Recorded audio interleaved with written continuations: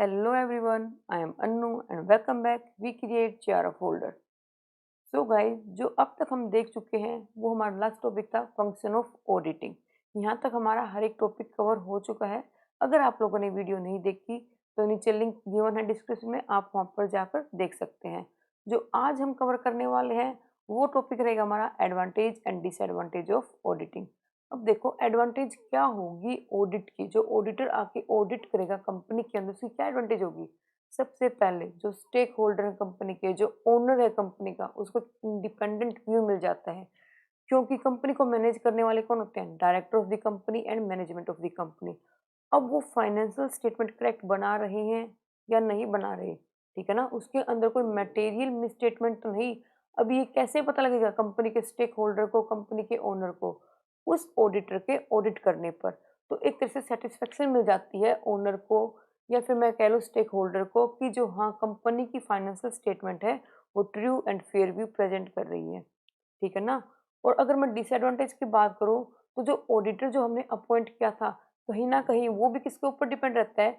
वो भी आउटसाइडर के ऊपर, एक्सपर्ट के ऊपर डिपेंड रहता है। जैसे हम पहले भी डिस्कस कर चुके हैं एग्जाम्पल में, मान लो कंपनी ने अपनी बैलेंस शीट के अंदर एसेट साइड लैंड की वैल्यू शो कर रखी है।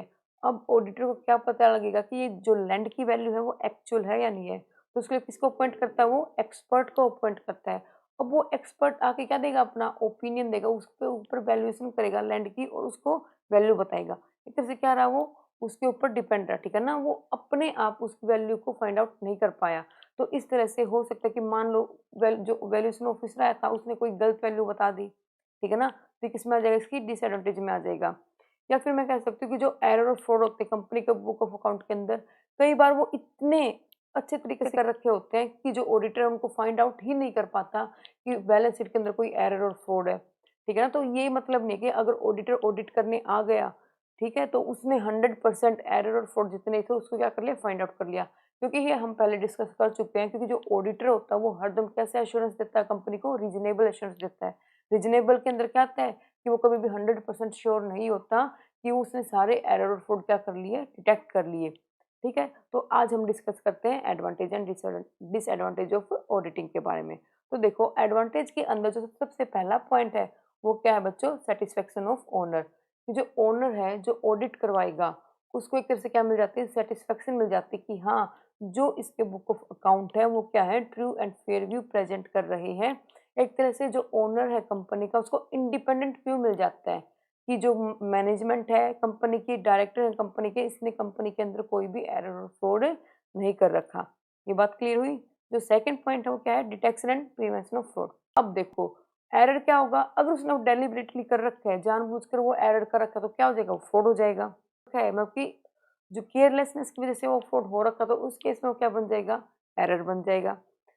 तो जो भी ऑडिटर क्या करता है? बुक ऑफ अकाउंट को चेक करेगा तो उसको बीच में क्या मिलते हैं? कई एरर मिलेंगे और क्या मिलेंगे? फ्रॉड मिलेंगे। फ्रॉड कब? जब फ्रॉड पकड़ा जाता है तब वो क्या बनता है? फ्रॉड बनता है, ठीक है ना। तो एक तरह से कंपनी क्या रहती है? कंपनी को क्या लगता है? क्लाइंट को जो ऑडिट करवा रहा है कि हाँ अगर कोई फ्रॉड है, कोई एरर है, तो वो इजीली क्या हो जाएंगे? डिटेक्ट हो जाएंगे अगर ऑडिट क्या करेगा? बुक ऑफ अकाउंट की ऑडिट करेगा। तो एक एडवांटेज इसकी ये है। अगर मैं नेक्स्ट की बात करूँ तो क्या है? Verification of book. अब देखो जो भी ऑडिटर आता है क्या करता है? वेरीफाई करता है किसको? बुक ऑफ अकाउंट को। वो पी&एल के हर एक आइटम को देखता है जिसको हम क्या कहते हैं? वाउचिंग, ठीक है। बैलेंस शीट के हर एक आइटम को देखेगा, एसेट एंड लायबिलिटी को, जिसको हम क्या कहते हैं? वेरिफिकेशन करना किसकी? बुक ऑफ अकाउंट की, ठीक है। तो एक तरह से क्या करता है? वो हर को चेक करता है, बुक ऑफ अकाउंट को क्या करता है? चेक करता है। साथ में वाउचर भी देखता है कि इनके वाउचर है या नहीं है, कोई सपोर्टिंग डॉक्यूमेंट है या नहीं है, ठीक है ना। अगर वो चाहता है तो इंक्वायरी भी कर सकता है, आउटसाइड एविडेंस भी कलेक्ट कर सकता है। तो एक तरह से हमें ये लगता है कि कहीं न कहीं अगर कोई एरर होगा, कोई फ्रॉड होगा तो वो डिटेक्ट हो जाएगा, क्योंकि मेरी जो बुक ऑफ अकाउंट हो क्या हो रही है? टाइम टू टाइम डिटेक्ट हो रही है। तो एक बेनिफिट इसका यहाँ पर ये भी है, जो बुक ऑफ अकाउंट है, जो मेरी बुक ऑफ अकाउंट है वो क्या होती रहती है? अप टू डेट होती है। वो क्या होती रहती है? अप टू डेट होती रहती है। किसके साथ-साथ? कंपनी तब क्या करवाती है? ऑडिट करवाती है। उसके साथ-साथ कंपनी की बुक ऑफ अकाउंट में क्या होती रहती है? Time to time up to date होती रहती है, ठीक है ना? एक तरह से जो कंपनी के ओनर है, स्टेक होल्डर को क्या मिल जाता है? इंडिपेंडेंट ओपिनियन मिल जाता है, ठीक है ना? क्योंकि जो ऑडिटर होता है क्या होता है? एक इंडिपेंडेंट पर्सन होता है। वो कभी भी किसी के ऊपर रिलाई नहीं, वो कभी भी किसी के अकॉर्डिंग क्या नहीं करता, ऑडिट नहीं करता है। वो अपने अकॉर्डिंग इंडिपेंडेंट व्यू देता है अपने क्लाइंट को कि आपकी बुक ऑफ अकाउंट कैसा किसके बारे में प्रेजेंट करी, किस तरह का true and fair view present करी, ठीक है ना। तो एक तरह से सेटिस्फेक्शन मिल जाती है किसको, ओनर ऑफ द कंपनी, फिर stakeholder of the company की हाँ कि हमें क्या मिल गया, एक इंडिपेंडेंट व्यू मिल गया। क्योंकि जो मैनेजमेंट होती है कंपनी की या फिर डायरेक्टर होते हैं, वो अपना इंडिपेंडेंट व्यू प्रेजेंट नहीं कर पाते। कहीं न कहीं उनको ये लगा रहता है कि कहीं न कहीं इन्होंने कोई मिसस्टेटमेंट तो नहीं शो कर रखी है अपने बेनिफिट के लिए, ठीक है ना। अब ऑडिटर आएगा, उसका तो कोई बेनिफिट नहीं है कंपनी के अंदर, तो एक तरह से उनको क्या मिल जाता है, रिलायबल व्यू मिल जाता है कि हाँ, वो सैटिस्फाई हो जाते हैं कि जो हमें मिला एक रिलायबल ओपिनियन मिल गया एक इंडिपेंडेंट पर्सन से, जो कंपनी की बुक ऑफ अकाउंट हो क्या है, करेक्ट है।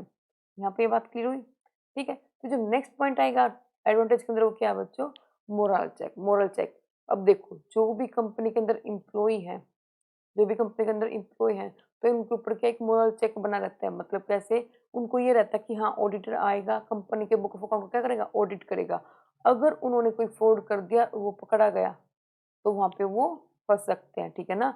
तो इसलिए जो कंपनी के एम्प्लॉयी है, कंपनी के अंदर जो भी स्टाफ क्या कर रहा है, काम कर रहा है, तो उनके ऊपर क्या बना रहता है, एक मोरल चेक बना रहता है। उनको डर रहता है कि कहीं ऑडिटर आके तो वो ऑडिट करे, तो उनके जो फ्रॉड उन्होंने कर रखे हैं, तो वो पकड़े ना जाए। इस तरह से जो कंपनी के जो लोग होते हैं, वो केयरलेस भी कम करने लग जाते हैं। जो कंपनी के क्या होते हैं, एम्प्लॉयी होते हैं, केयरलेस कम कैसे, वो ध्यान से क्या करते हैं, बुक ऑफ अकाउंट को प्रिपेयर करते हैं। हाँ, और हाँ, जो फ्रॉड के चांस है वो भी क्या हो जाते हैं, थोड़े कम हो जाते हैं। देखो हम ये तो नहीं कह सकते कि बिल्कुल 100% खत्म हो जाएंगे जो फ्रॉड और एरर के चांस है, लेकिन कुछ हद तक तब तक एम्प्लॉय ऑफ द कंपनी को ये लगता है, जो स्टाफ है जो वहाँ पे काम कर रहा है, उनको ये लग रहा है कि ऑडिट आएगा, ऑडिट परफॉर्म करेगा, तो उस केस में वो एक अपना बेस्ट देने की कोशिश करते हैं। फ्रॉड के चांस क्या हो जाते हैं, थोड़े रिड्यूस हो जाते हैं, और एरर के चांस क्या हो जाते हैं, रिड्यूस हो जाते हैं। क्यों? क्योंकि उनको माइंड में प्रेशर बना रहता है कि अगर ऑडिटर आ गया और उनको एरर एंड फ्रॉड करते हुए पकड़ा गया, तो उनको पनिशमेंट मिल सकती है, ठीक है ना। यहाँ पे पॉइंट क्लियर हुआ।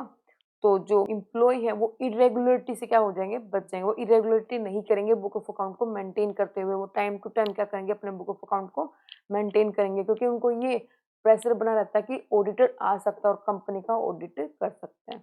यहाँ पे पॉइंट क्लियर। अब जो नेक्स्ट पॉइंट है वो क्या है, जो स्टेक होल्डर हैं जितने भी किसके, कंपनी के, ठीक है ना, एक तरह से उनका जो इंटरेस्ट है, उनका जो राइट है, वो भी क्या होता है, प्रोटेक्ट होता है। क्योंकि कंपनी के अंदर कितने सारे स्टेक होल्डर हैं, ओनली शेयर होल्डर का ही पैसा लगा नहीं होता। कंपनी के अंदर बहुत सारे लोग हैं जो क्या होते हैं, कंपनी के अंदर इंटरेस्टेड पार्टी होती है, जो कंपनी के बारे में जानना चाहती है कि जो कंपनी की फाइनेंशियल स्टेटमेंट है वो किस तरह का व्यू प्रेजेंट कर रही है, ठीक है ना। ओनली शेयर होल्डर नहीं, बहुत सारे स्टेक होल्डर होते हैं। अब मान लो डिवेंचर होल्डर हो गए, जिसने कंपनी को लोन दे रखा है, वो लोग हो गए, गवर्नमेंट होगी, ये सब लोग क्या होते हैं, इंटरेस्टेड होते हैं कंपनी की फाइनेंशियल स्टेटमेंट को जानने के लिए। तो जो इंटरेस्ट होता है, जो इन्वेस्टमेंट कर रखी होती है लोगों ने कंपनी के अंदर अपनी, तो एक तरह से उनको क्या मिल जाता है, उनको कॉन्फिडेंस आ जाता है कि हाँ कंपनी की बुक ऑफ अकाउंट चेक हो चुकी है, तो एक जो कंपनी है उसकी financial statement true and fair भी प्रेजेंट कर रही है। क्योंकि कोई भी पर्सन इन्वेस्ट करता है किसी भी कंपनी के अंदर, तो सबसे पहले वो क्या देखता है, उसकी फाइनेंशियल स्टेटमेंट को देखता है। मान लो कोई बैंक की लोन दे रहा है किसी कंपनी को, तो उसकी फाइनेंशियल स्टेटमेंट को देखेगा और ओपिनियन को देखेगा। जो ऑडिटर है उसने किस तरह का ओपिनियन दे रखा है कंपनी की फाइनेंशियल स्टेटमेंट के ऊपर, ठीक है। तो एक तरह से ऑडिटर आके ऑडिट करेगा कंपनी के अंदर, तो जो स्टेक होल्डर हैं तो उनको भी कॉन्फिडेंस आ जाता है कि हमारा इंटरेस्ट क्या हो रहा है, प्रोटेक्ट हो रहा है या फिर नहीं हो रहा, ठीक है ना। अब जो नेक्स्ट पॉइंट है वो क्या है, ensure compliance with legal requirement. अब देखो टाइम टू टाइम ऑडिट होएगा कंपनी का, तो जितने भी लीगल रिक्वायरमेंट कंपनी के ऊपर फॉलो हो रहे हैं, जितने भी स्टैट्यूटरी कंप्लायंस है कंपनी के ऊपर फॉलो हो रहे हैं, तो एक तरह से कंपनी क्या करेगी, उनको फॉलो करेगी, ठीक है ना। जितने भी लीगल पैरामीटर कंपनी के ऊपर अप्लाई है, कंपनी क्या करेगी, उनको फॉलो करेगी, क्योंकि इनको पता है कि टाइम टू टाइम क्या हो रहा है, कंपनी के अंदर ऑडिट हो रहा है, ठीक है। ये बात भी क्लियर हुई। अब जो लास्ट पॉइंट आता है वो क्या आता है, री enforcement and strengthen internal control. अब जो कंपनी का जो इंटरनल कंट्रोल है वो भी क्या रहेगा, स्ट्रेंथन रहेगा। देखो हमने ये कल भी डिस्कस किया था कि कोई भी ऑडिटर आएगा, अकॉर्डिंग टू एक्ट 2013 हर एक ऑडिटर को अपनी रिपोर्ट के अंदर ये मेंशन करना होता है कि कंपनी की जो फाइनेंशियल स्टेटमेंट है वो किस तरह का व्यू प्रेजेंट कर रही है। ये हमने कल भी डिस्कस किया था, ठीक है ना। हर एक ऑडिटर को ये मेंशन करना होता है। अब कंपनी अपने इंटरनल कंट्रोल को क्या बना के रखेगी, स्ट्रेंथन बना के रखेगी, क्योंकि उसको पता है ऑडिटर आएगा तो उसको ऊपर क्या देगा, अपना व्यू प्रेजेंट करेगा और फाइनेंशियल रिपोर्ट के अंदर मेंशन करेगा। मान लो कंपनी का इंटरनल कंट्रोल सिस्टम अच्छा नहीं है, तो वो क्या रिपोर्ट में लिख देगा। अब जो इन्वेस्टर जो इन्वेस्ट कर रहे हैं या फिर बैंक से कंपनी ने लोन लिया है, तो कोई भी बैंक लोन नहीं देगा। कोई भी बैंक या फिर कोई भी इन्वेस्टर कभी इन्वेस्ट करेगा किसी भी कंपनी के अंदर, तब उसको ये सेटिस्फेक्शन मिल जाती है कि हाँ, इस कंपनी में इन्वेस्टमेंट करना क्या है, मेरे लिए बेनिफिट है। इस कंपनी के अंदर अगर मैं इन्वेस्टमेंट करूँगा, तो आगे कोई भी चांस नहीं है रिस्क के, ठीक है ना? अगर उसको रिस्क कम लगेगा तो कंपनी के अंदर क्या करेगा, वो इन्वेस्ट करेगा, ठीक है ना? और एक बैंक लोन देगा, वो भी कब देगा लोन? तब उसको ये लगेगा कि फ्यूचर में जो कंपनी है वो मेरा ईज़िली क्या कर देगी, लोन रीपे कर देगी, ठीक है ना? और ये चीज़ें किसके ऊपर डिपेंड होती है? जो ऑडिटर अपॉइंट किया जाता है उसके ओपिनियन के ऊपर, ठीक है ना? उसने कैसा एश्योर किया, जो फाइनेंशियल स्टेटमेंट है वो कैसा प्रेज़ेंट कर रही है व्यू, उसके ऊपर हर एक चीज़ क्या करती है, डिपेंड करती है। तो इसलिए जो कंपनी का इंटरनल कंट्रोल वो भी क्या होगा, स्ट्रेंथन होगा। और हाँ, लास्ट में अगर ऑडिटर को कहीं लगता है कि कंपनी के इंटरनल कंट्रोल सिस्टम के अंदर यहाँ पर कोई कमी है, तो वो कंपनी को गाइड करता है कि आपको यहाँ इंटरनल कंट्रोल सिस्टम को स्ट्रेंथन करने की क्या है, रिक्वायरमेंट है। तो कंपनी को एक तरह से पता भी लग जाता है कि हाँ, मेरे को कहाँ अब किस एरिया में काम करने की रिक्वायरमेंट है, जिससे एरर एंड फ्रॉड कम हो सके, ठीक है? तो लास्ट पॉइंट क्या रहा मेरा एडवांटेज का, कि जो कंपनी का इंटरनल कंट्रोल सिस्टम है वो भी क्या हो जाएगा, मजबूत हो जाएगा, स्ट्रेंथन हो जाएगा। अब देखो, एडवांटेज तो हमने डिस्कस कर ली कि एक ऑडिटर आएगा तो वो ऑडिट परफॉर्म करेगा, तो उसकी क्या-क्या एडवांटेज रहेगी। अब बारी आती है डिसएडवांटेज की। अब देखो, कुछ ना कुछ तो डिसएडवांटेज होगी। तो सबसे पहली बात, ऑडिटर को खुद ही किसके ऊपर डिपेंड रहना पड़ता है बहुत बार, एक्सपर्ट के ऊपर। मान लो बैलेंस शीट के आइटम को चेक कर रहे हैं, उसके अंदर वैल्यू दे रखी है लैंड की, ठीक है ना? बिल्डिंग की, इनकी वैल्यू दे रखी है। अब ऑडिटर को कैसे पता लगेगा कि जो लैंड की वैल्यू है, जो बिल्डिंग की वैल्यू जो शो कर रखी है बुक ऑफ अकाउंट के अंदर, वो ट्रू एंड फेयर व्यू है, मतलब कि वो एक्यूरेट है या नहीं है? उसके लिए वो क्या करता है, लैंड एंड वैल्यू इसकी वैल्यू को शो करने के लिए एक वैल्यूएशन ऑफिसर को बुलाएगा, अपॉइंट करेगा, जो उस एरिया के अंदर क्या होगा, एक्सपर्ट होगा, ठीक है ना? अब वो एक्सपर्ट होगा तभी तो उसको क्या करेगा, वैल्यूएशन करेगा और ऑडिटर को अपना ओपिनियन देगा, ठीक है ना, कि इसकी वैल्यू इतनी है। अब यहाँ पे क्या हुआ, ऑडिटर ने उसको खुद चेक नहीं किया, किसके ऊपर डिपेंड रहना पड़ा, किसी अदर पार्टी के ऊपर, किसी एक्सपर्ट के ऊपर। अब यहाँ पे कहीं न कहीं चांस ये भी तो हो सकते हैं ना, कि जो ऑफिसर बुलाया था उसने, वो उसको ट्रू वैल्यू बताए ही ना, कहीं न कोई कुछ गड़बड़ कर दे, ठीक है ना? तो ये इसके किसमें आ जाएगा, डिसएडवांटेज में आ जाएगा, कि ऑडिटर हर एक एक्टिविटी को खुद परफ़ॉर्म नहीं कर सकता, कुछ कहीं न कहीं कुछ उसे किसी थर्ड पर्सन के ऊपर क्या रहना पड़ता है, डिपेंड रहना पड़ता है, ठीक है? अब देखो, it is not possible for auditor to check all business transaction. ये भी बात है कि ऑडिटर के पास जो चेक टाइम होता है ना बच्चों, वो क्या होता है, लिमिटेड टाइम पीरियड होता है। उसको उस लिमिटेड टाइम पीरियड के अंदर कंपनी की हर एक बुक ऑफ अकाउंट को चेक करना पड़ता है। अब वो पॉसिबल नहीं है कि हर एक एंट्री, हर एक ट्रांज़ैक्शन को क्या करे, कंपनी की चेक करे। तो इसलिए वो क्या करता है, तब भी क्या करता है, चेक करता है बुक ऑफ अकाउंट को, तो उसके अंदर से क्या करता है, वो सैंपलिंग करता है। ठीक है ना? मोस्टली तो क्या होता है, सैंपलिंग जो करता है उससे वो एक रीज़नेबल व्यू प्रेज़ेंट कर देता है, लेकिन ठीक है? लेकिन कहीं-कहीं कुछ केस में ऐसा भी हो सकता है कि जो उसने सैंपल इकट्ठे किए वो अच्छे नहीं निकले, उससे वो एक तरह से true and fair view present नहीं कर पाया, एक रीज़नेबल एश्योरेंस नहीं दे पाया, ठीक है ना? जो उसने एश्योरेंस दी वो करेक्ट नहीं दे पाया, कई चांस में ऐसा भी हो सकता है। लेकिन मोस्टली क्या होता है, जो ऑडिटर सैंपल कलेक्ट करता है वो सारे ठीक ही होते हैं, वो सिर्फ़ वो सैंपल कलेक्ट करता है जो उसको लगता है कि हाँ, इसकी रिक्वायरमेंट है क्या करने के लिए, ऑडिट करने के लिए, ठीक है ना? तो ये भी इसके किसमें आ जाएगा, एक डिसएडवांटेज में, कि ऑडिटर होता है वो क्या करता है, हर एक जो डाटा होती है, एंट्री होती है, उनको चेक तो नहीं कर पाता, किसकी वजह से, लिमिटेड टाइम पीरियड की वजह से। तो उसको क्या करना पड़ता है, सैंपल को कलेक्ट करना पड़ता है और फिर क्या करना पड़ता है, कंपनी का ऑडिट करना पड़ता है। और जो एक तो सैंपल कलेक्ट करे, एक जो जितना भी डाटा है एक्चुअल सारा डाटा कलेक्ट करके क्या करे, ऑडिट करे, तो रिजल्ट में तो डिफरेंस आएगा ना। तो कहीं न कहीं रिज़ल्ट में क्या हो जाता है, डिफ़रेंस हो जाता है, क्योंकि हम सैंपल कलेक्ट करके क्या करता है, ऑडिटर ऑडिट करता है। तो यहाँ पे हम एक तरह से पूरी तरह से एक्यूरेट व्यू प्रेज़ेंट नहीं कर पाते कंपनी के लिए, ठीक है ना? तो ये भी इसमें आएगा, डिसएडवांटेज के अंदर आएगा। अब बात आती है फाइनेंशियल बर्डन की। सॉरी, देखो, अब जो ऑडिटर होते हैं वो अकेला तो पर्सन क्या नहीं कर पाएगा, ऑडिट नहीं कर पाएगा, क्योंकि कंपनी के अंदर जो कंपनियां होती हैं उनके अंदर इतने सारे ट्रांजैक्शन होते हैं, इतने सारे डिपार्टमेंट होते हैं, एक सिंगल पर्सन ऑडिट परफॉर्म नहीं कर पाएगा। इसलिए वो क्या करता है, कुछ असिस्टेंट को रखता है अपने साथ और वो असिस्टेंट उसकी हेल्प करते हैं किसी चीज़ में, ऑडिट को परफॉर्म करने में। अब जो ऑडिटर की जो फीस होती है वो बहुत हाई होती है, तो कंपनी के ऊपर एक फाइनेंशियल बर्डन रहता है कि ऑडिटर को अपॉइंट करना है, एक हाई फीस प्रोवाइड करनी है। क्योंकि ऑडिटर को भी क्या करना होता है, अपने असिस्टेंट को क्या पे करना पड़ती है, वो फीस पे करनी पड़ती है, ठीक है ना?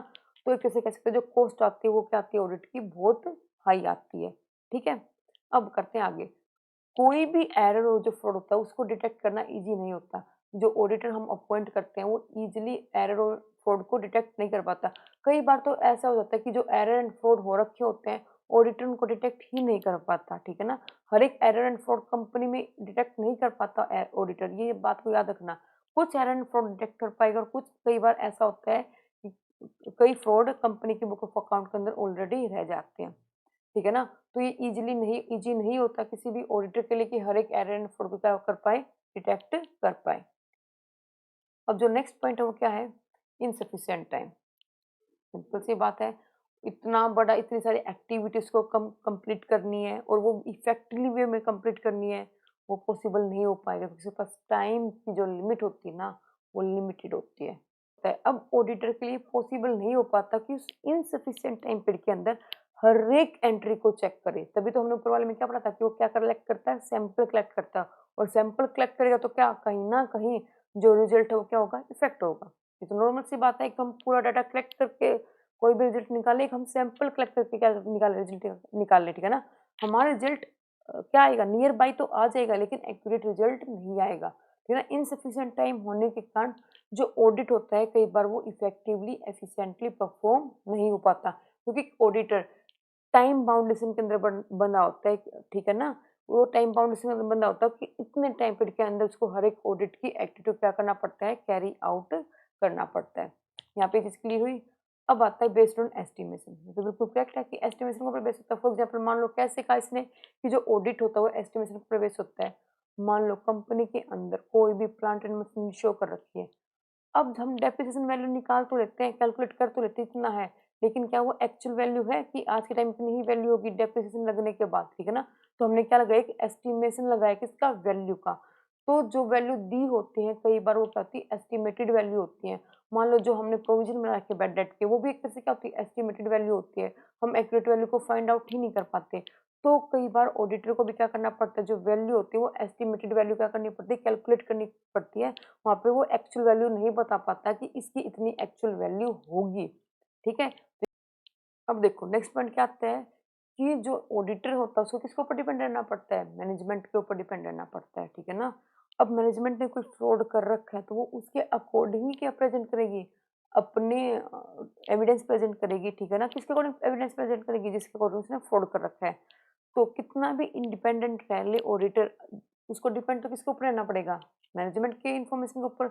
जो एविडेंस मैनेजमेंट प्रोवाइड करेगी उसके ही बेस पे वो क्या करेगी, ऑडिट करेगी। आपको याद हो हमने फर्स्ट क्लास में एक एग्जाम्पल लिया था कि परचेज डिपार्टमेंट ने क्या किया, परचेज डिपार्टमेंट ने क्या किया, सामान को परचेज किया, मान उसको जो परचेज करना था क्या, रॉ मटेरियल वो करना था सिर्फ 200 केजी, लेकिन जो उसने बिल बनवाया किससे, सप्लायर से, ठीक है ना? सप्लायर से क्या बनवाया, बिल बनवा लिया, वो कितने का बनवा लिया, मान लो 500 केजी का। अभी यहाँ पे क्या, रॉ मटेरियल तो 200 का था, शो कितना कर दिया बुक ऑफ अकाउंट में, 500, 300 तो मटेरियल आया ही नहीं लेकिन उसको बुक ऑफ अकाउंट के अंदर शो कर दिया। अब यहाँ पे उसके पास नकली बिल भी है। अगर ऑडिटर क्या मांगता है सबसे पहले, बिल, बिल भी है, वो सप्लायर से भी पूछ सकता है, तो परचेजर क्या मिला हुआ है, सप्लायर के साथ मिला हुआ है। सप्लायर भी क्या देगा, गलत इन्फॉर्मेशन देगा किसको, ऑडिटर को। अगर वो स्टॉक इनवर्ड रजिस्टर को चेक करता है तो परचेज डिपार्टमेंट ने कहकर वेयर हाउस के अंदर क्या करवा रखा है, उसकी भी एंट्री करवा रखी है, ठीक है ना? ऐसा भी तो हो सकता है ना कि सारे एक साथ मिले हुए हों, कोई ना कोई डिपार्टमेंट के अंदर पर्सन ऐसा हो सकते हैं कि वो आपस में मिले हुए हों और वो नकली एंट्री कर दे, ठीक है ना? यहाँ पे एंट्री कर दे किसके अंदर, स्टॉक इनवर्ड रजिस्टर के अंदर, जितना भी मटेरियल अंदर गया उसकी एंट्री हो रखी है उसके अंदर, कितने की, 500 की, लेकिन एक्चुअल में कितना गया, 200 केजी, ठीक है ना? अब जो क्वालिटी इंस्पेक्शन मैनेजर है उसने भी क्या कर दिया, इंस्पेक्शन सर्टिफिकेट दे दिया कि हाँ मैंने क्या किया है, 500 केजी मटेरियल क्या क्या है, इंस्पेक्शन किया है। अब ऑडिटर ये बताओ, सारी जो भी इंफॉर्मेशन मिली यहाँ पे ऑडिटर को वो किससे मिली, मैनेजमेंट से। मैनेजमेंट ने सारी इन्फॉर्मेशन प्रोवाइड कर दी, अब वो चेक करने जाएगा तो क्या सारी एक्यूरेट लगेंगी, लेकिन यहाँ पे फ्रॉड तो एक्चुअल में हो रखा है ना, तो ईजिली डिटेक्ट हुआ ऑडिट से? डिटेक्ट नहीं हुआ, ठीक है ना? तो यहाँ पे वो क्या कह देगा कि कोई भी फ्रॉड नहीं है। तो यही क्या है इसकी एक सबसे बड़ी डिसएडवांटेज है, क्योंकि जो वो इन्फॉर्मेशन लेगा वो तो किससे लेगा? मैनेजमेंट से ही लेगा ना। और मैनेजमेंट क्या करेगी यहाँ पे ऑडिटर को अपने अकॉर्डिंग क्या करेगी? इन्फॉर्मेशन को प्रोवाइड करेगी। तो यहाँ पर जो एक तरह से जो ऑडिटर है वो पूरी तरह इंडिपेंडेंट होकर क्या नहीं कर पाया? अपना ऑडिट नहीं कर पाया और एक तरह से रीज़नेबल एश्योरेंस भी नहीं दे पाया किसको? अपने क्लाइंट को। तो ये थी बच्चों इसकी disadvantage and advantage. I hope आप लोगों को क्लियर हो चुकी होगी। अगर आप लोगों को वीडियो पसंद आती है तो सब्सक्राइब एंड लाइक करना ना भूलें। Thank you, bye bye, have a nice day.